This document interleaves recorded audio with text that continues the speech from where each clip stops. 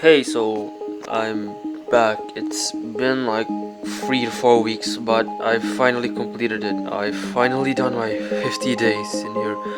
As you can see, I'm wearing titanium armor in the Hello fishing. How did I get to this point? Well, that's what this is for.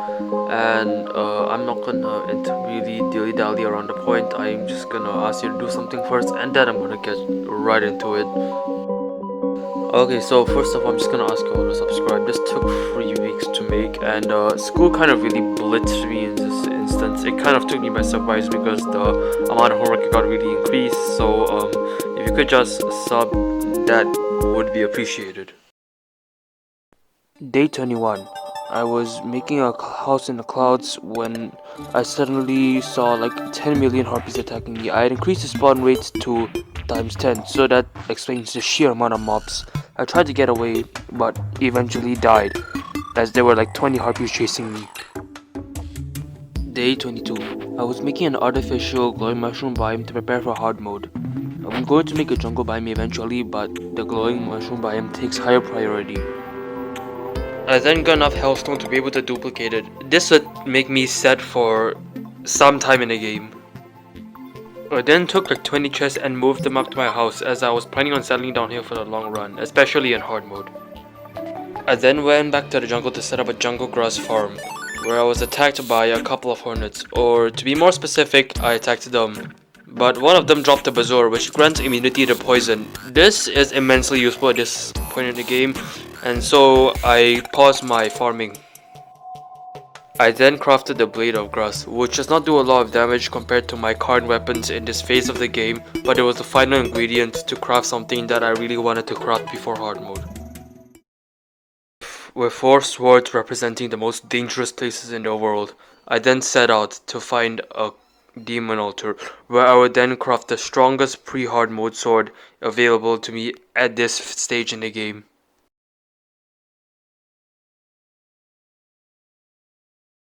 But that wasn't enough.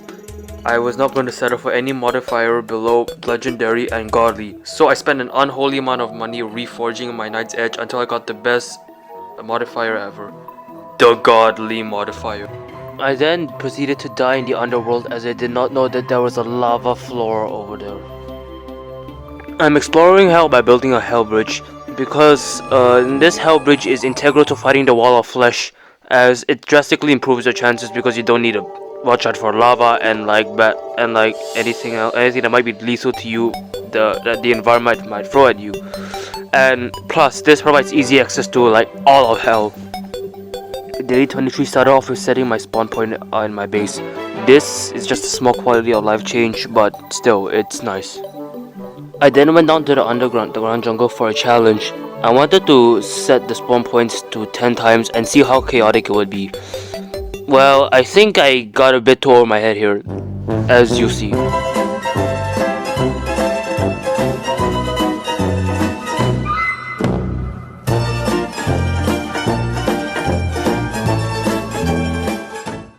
Slime then started falling from the sky, which was relatively rare, so me and my friend started to get to work.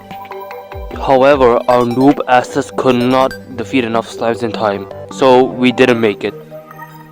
Day 24, I was at the jungle, and I had a bunch of abominations with me. I then proceeded to summon the Queen Bee multiple times and beat her, as she dropped multiple bee-themed weapons that would be useful to us against the wall flesh.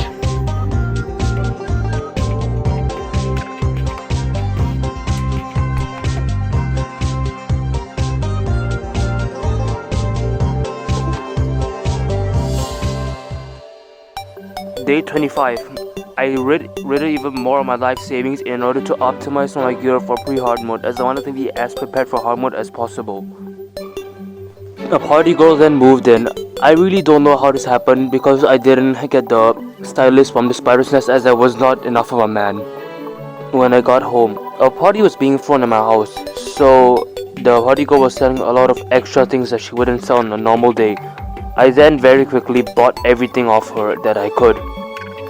I then decided to turn the spawn rates up to 10, but I instantly regretted this decision as I almost instantaneously shot a voodoo demon above lava, which summoned the wall of flesh, and it killed me, which I was pretty glad because I didn't want to launch hard mode preemptively.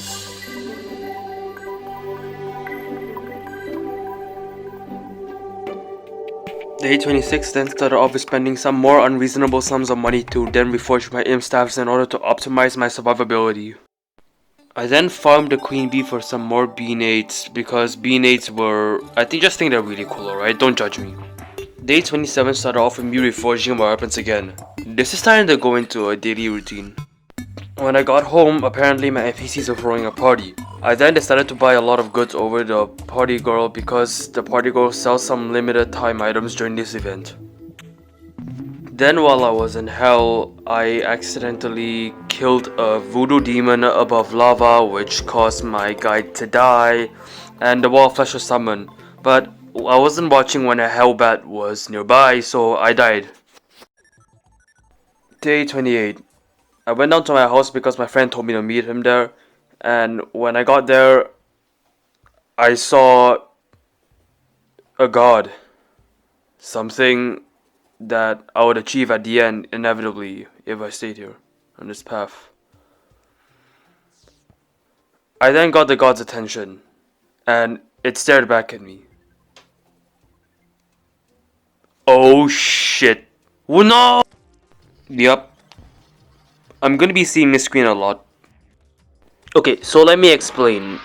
I'm not supposed to take on the pirate invasion this early in the game. I'm supposed to do a few more things before I can activate it and have a chance of doing well in it.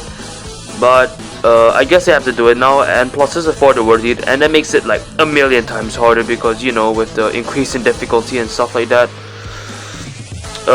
As you can see, the enemies are doing 240 damage to me. I really don't know why I let my friend do this, but I do die a lot because of these two little jackasses right here, and yeah. In fact, things got so bad that I needed to resort to some scummy strategies in order to win without dying and making my whole world a graveyard 30 times over. Things all came to a head when the freaking dead man's the ship showed up. I don't even know what it's called, and I don't care. All I know is that it's gonna kill me if I don't do anything. And my star cannon was the most effective weapon here because of high damage and pierce, so I kinda laid it onto him. Eventually it got stuck trying to chase my friend, and I just bombarded it with my star cannon because it was one of the levels of my arena. And I don't think it dropped anything special though. However, it was not impossible, and I eventually managed to beat down the pirate invasion and the pirates laid off. Thank God it wasn't a Martian invasion. Day 29. I started to build my jungle town. I changed my mind on the space base idea, and I'm gonna try the pylon system. I then moved the witch doctor here because if there's anyone who loves the jungle, it's him. And then I of course spent some more money in order to fully optimize my survivability by increasing my defense on my accessories. I then randomly decided to try to get to the underground jungle. I don't know why. I just wanted to explore it before it got corrupted or hallowed. I don't know. I just in the mood for exploration, right? You guys gotta believe me. And honestly, I'm not surprised. I then decided to open crates to supplement the rest of my life hearts because frick my name. There was a blood moon later. Didn't get anything remarkable out of it though. Day 30, while exploring the jungle, I accidentally shot the bee larva and summoned the queen bee, which was a big oops, but no big deal. We then made our way down to hell using the power of explosives. I then built a house in hell as I wanted to streamline the access to it via the cavern pylon. And then the town in the snow. Then one by Jesse.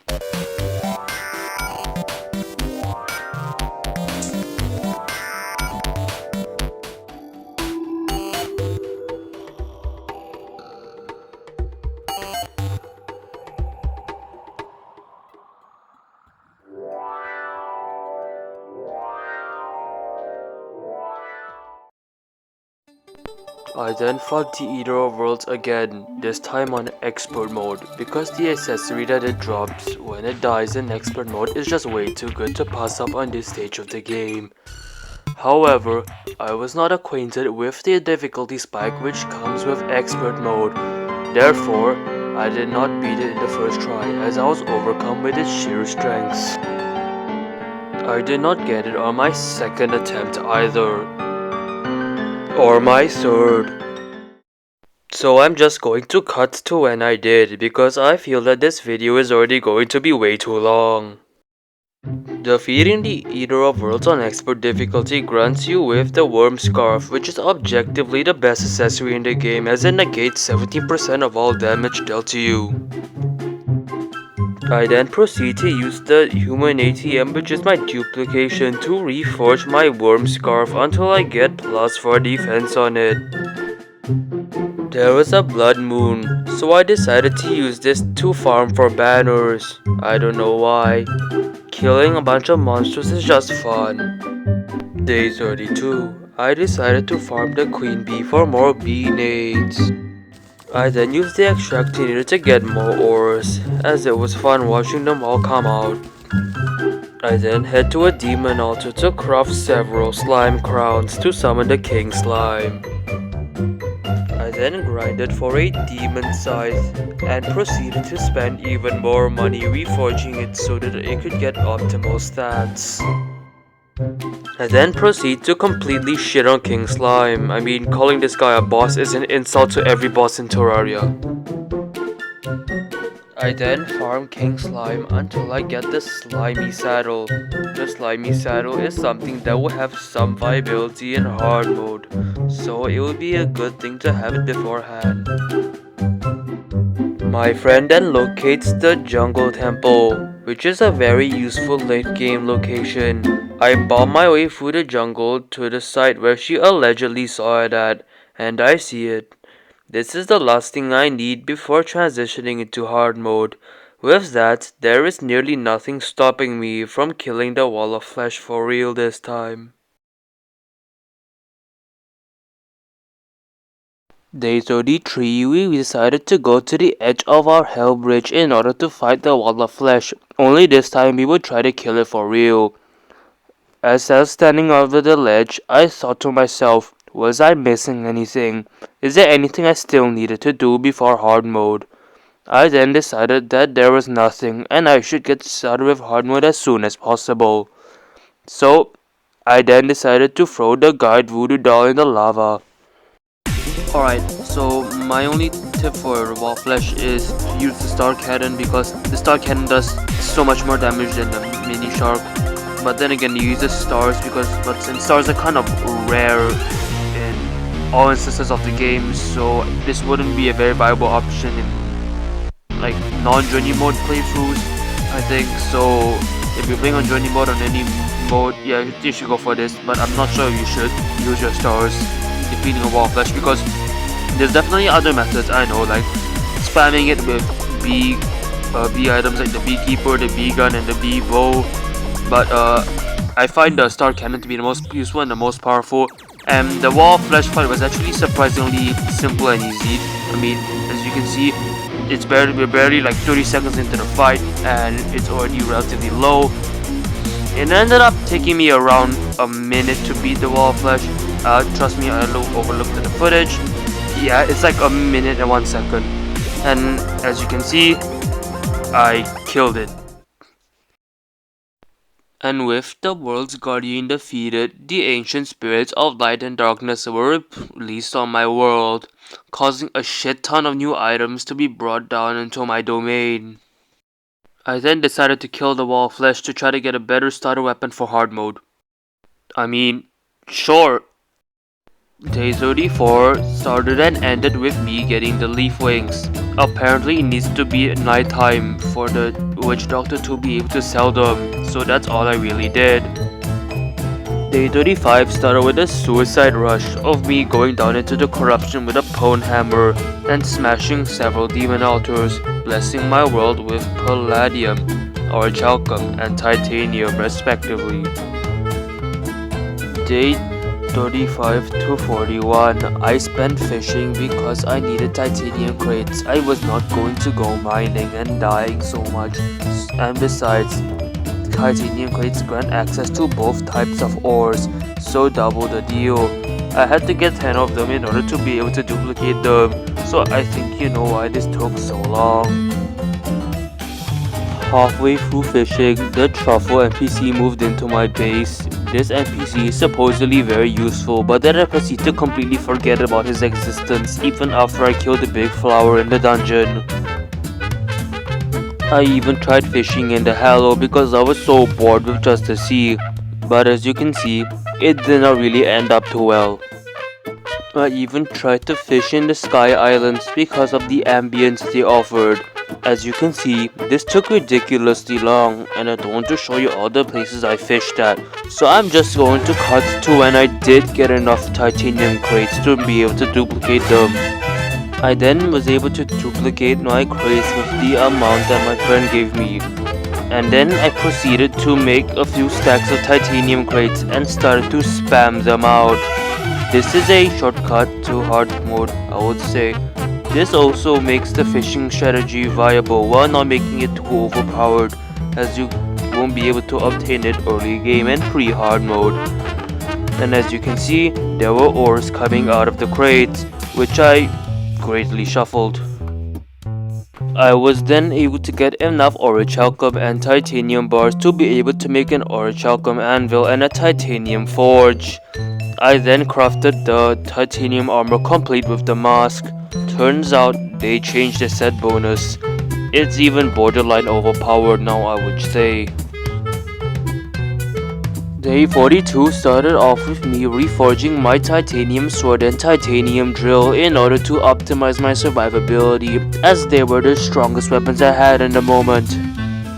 We were then bombing our way into the underground Hallow until a blood moon triggered, prompting us to go back home because the blood moon is harder in hard mode. Go figure. As you can see, we weren't really very prepared for it. Day 43, we were in the underground Hallow when my friend dug up a cave with a hallowed mimic. I instantly thought, oh shit. Flashbacks to when I fought mimics the first time. I advised him not to go too close, but he didn't listen, being the ignorant little shit he is. And in the end, that got him killed. Serves him right. Using my gamer knowledge and experience, however, I bum rushed a bad boy in my star cannon and managed to get a Daedalus Stormbow on my first try, which was very lucky.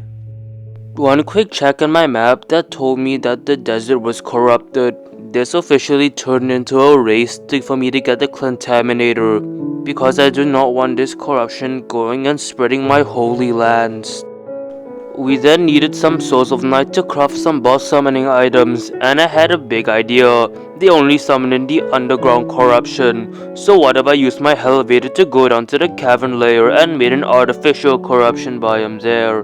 Well, turns out, as I went down the elevator, I did not think that that was necessary anymore, as before I got to hell, there was an underground corruption biome. With enough luck, I managed to get enough Souls of Night to unlock duplication on my first go, so that was nice. I then summoned some corrupt mimics, and from those I got a dart rifle, sorry. I then farmed for some Souls of Light in the underground Hallow. Somehow a steampunker moved to my world, even though I had not beaten up any of the mechanical bosses. Seriously, I think like when I brought in that little god for the lore implications, I think the achievements that it got interfered with the world, so I don't really know why. But I'm not gonna use a Contaminator until I beat one of the mechanical bosses, so there's that. Day 44, I start by farming a bunch of corrupted and hallowed mimics because they drop good shit. I then go to the dungeon to collect bones because in order to make the Skeletron Prime summon, you must have bones. I then try to summon Skeletron Prime because I remember Skeletron Prime is one of the most chill mechanical bosses ever. But you have to remember, I'm playing on the further worthy seat, and of course my life can't be that simple. Eventually, I came to find out, involuntarily, that Skeletron Prime's bomb launcher can destroy blocks!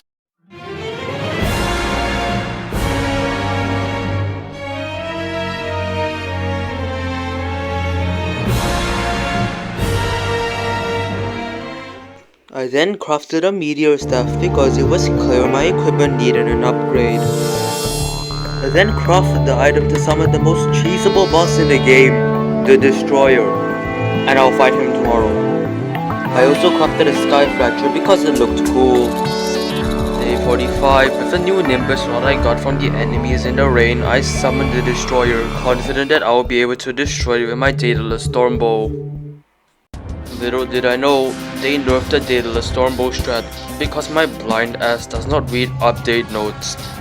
But like, real talk, all you really need to do is just spam down your bow. You see, as long as I'm holding on the bow, I'm doing relatively consistent damage to the Destroyer, and all I really have to worry about is the probes, because I just need to watch for the Destroyer's head in the map, because I can just fly through the body if I want to, but the head does significantly more damage. And as you can see, I'm kind of like debating the head to try to bait it to go up and down, because it takes longer for it to return from up, because it needs to go up and go all the way down. But if you lead it towards a hill, it kind of like just goes back in and prepares another attack. But that's really my findings from all the times I fought the Destroyer. I'm pretty sure the strategy also works with the Meteor Staff, but it costs a lot of mana, so just spam your Daedalus Stormbow and eventually you'll deal enough damage to the point where the boss will eventually die. I mean, I've read the notes for the worthy, and the Destroyer is inherently twice as long, which, if I'm gonna refight it, makes it a lot easier, because if I get one pierce weapon, it's basically over for him. But yes, the Daedalus Stormbow strat is still as OP as it was pre 1.4. I then farm enemies in the ocean for shark fins in order to craft the powerful range weapon that I will be needing for the next boss. I then craft a Mega Shark, which is an extraordinarily powerful gun at this stage in the game, as it does really good damage and I'll be using it for a while. I think I overuse it, but it's still really powerful. I then buy a Clad Terminator and a shit ton of green pigments in order to purify the corruption from my desert. The condition has been lifted as I've beaten up one of the mechanical bosses, and by this means the steampunker should have been able to move into our house. As day 46 dawned, I cleansed the desert of its corruption, freeing it of its corruptive captors. Day 46. I craft the hallowed armor complete with a mask, as well as a Durandal and an Excalibur, further upgrading my equipment for the late game. I then reforged my weapons for optimal modifiers. After all, if I was gonna fight a boss that could destroy blocks with its bombs, I needed the best weapons I could get. I then tried again for Skeletron Prime, but this time I ran away from the arena because I did not want the Skeletron Prime to destroy blocks, but I wasn't successful. Nor was I this time. Looking up a guide, the internet said the most effective way to kill the Skeletron Prime at this stage of the game was to use the Black Spot, which is a Master Mode exclusive drop from the Dutchman pirate thing, which is the big boy ship that shows up.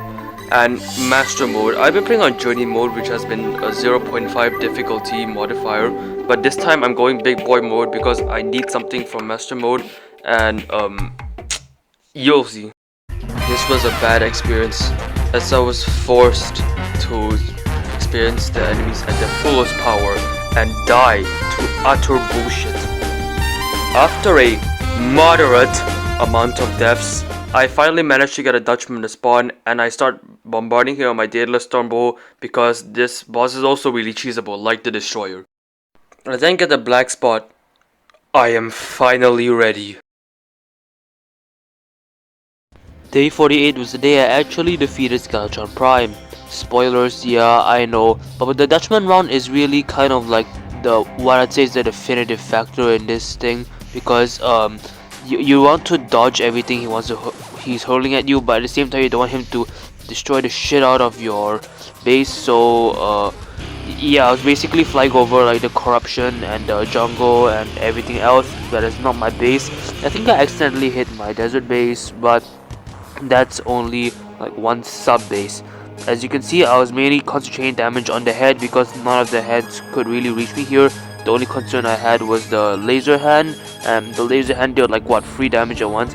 So I was trying to concentrate damage on his whole body, but like 60% of the damage is going to his head and 10% is going to each arm, if that makes sense. As you can see, I'm trying to use my Onyx Blaster when I can, because you know, the Onyx Blaster does a lot more damage up close than my Mega Shock, and besides we're using the same type of ammo, so that's gonna be a really, like, how do I say this, really just make the damage output balance out, provided that the purple thing from the Onyx Blaster doesn't hit. So they basically have like the same damage output, and as you can see, I'm trying to keep my distance from Skeletron Prime, because I don't want the bombs to like be launched at me, and I have no idea how lethal his head spin is at this stage in the game. I know it's journey mode, but keep in mind I'm playing in Fort Worthy. That's why I'm even doing this anyway. And you saw that the Skeletron Prime has defeated, that's like basically yeeted my entire arena, so I did not want that to happen again. Okay, so I had to cut to when I had like one arm left, because the fight was like 6 minutes long, and I was actually planning on like commentating for the time so that I could like just do this in one fell swoop, but apparently not. The fight's like 7 to 6 minutes long, so I'll just commentate over the end. As you can see, I was starting to get pretty worried about time, because bosses just run away when it becomes day, but Skeletron and Skeletron Prime are different cases. They basically just one-shot you like a Dungeon Guardian. So I was trying to increase my damage output here, and as you can see, it had only one arms, and I was mainly trying to do the head, and the Mega Shock's sheer damage eventually overpowered Skeletron Prime, and he died. Okay, so I knew a few bombs hit my desert base, but this is worse than I expected. The whole thing's basically down on the ground. I should just build like a new base at this point. I then used the Souls of Fight Skeletron Prime drops to craft a flamethrower. Day 49. While waiting for night to summon the twins, I decided to do some more building. I used the rainbow bricks that the rainbow slime during the hallowing rain dropped to build the new base.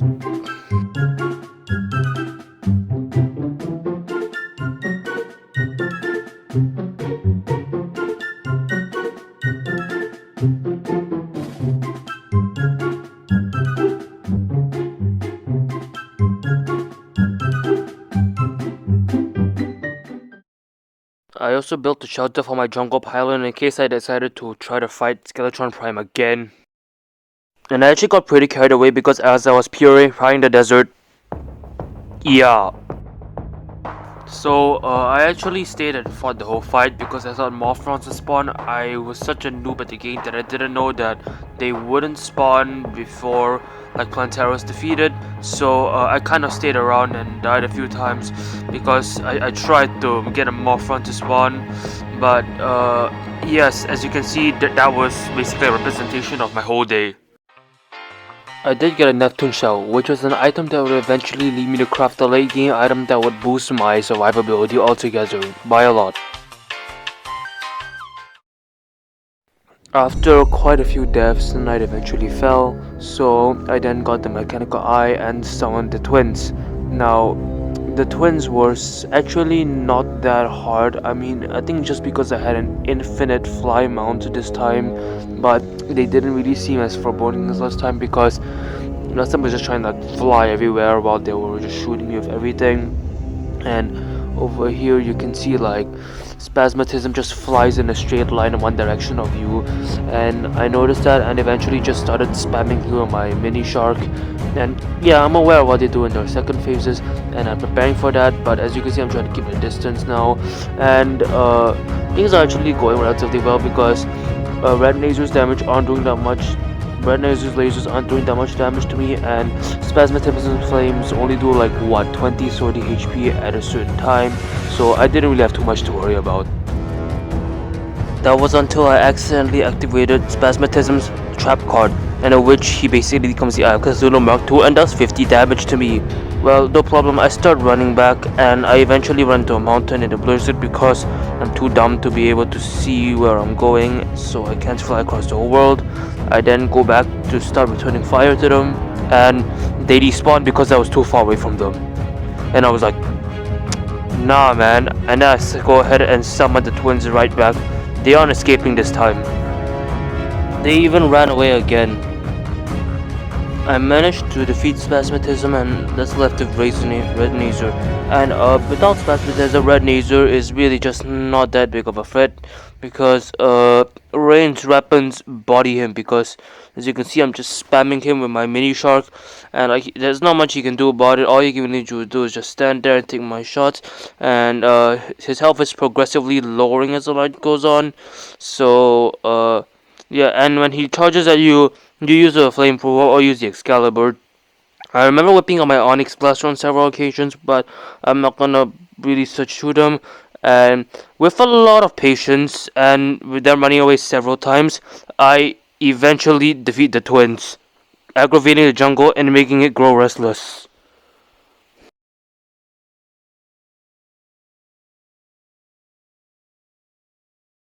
I then craft the pickaxe axe, which is the item that we desperately need for progression of the game after this point. I also craft an Noctic Staff so that I can have decent minions. Day 50, I decided to craft some fairy wings with the pixie dust and the source of flight that I got from farming wyverns and hello enemies because there were a lot of pixies there. The footage got corrupted, however, so I only have the footage from me reforging my pixie wings for +4 defense.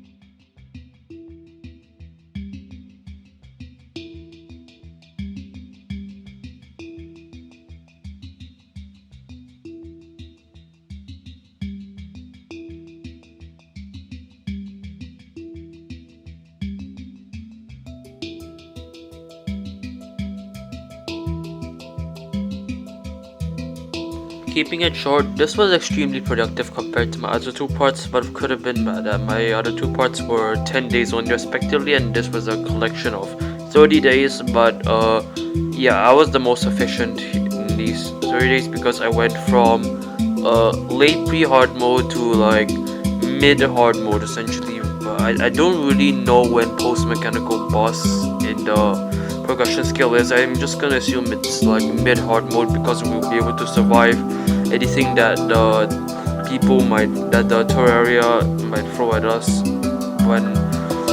unless we actively try to summon something. But overall, I'm really happy with how this day is turned out. I mean, I progressed a lot farther than I thought I would because I thought I would be like only in early hard mode, but you didn't expect the fishing meta to return, did you? Well, yeah, they have the hard mode. The crates have hard mode variants now, so the meta's still in place, and of course I exploited it.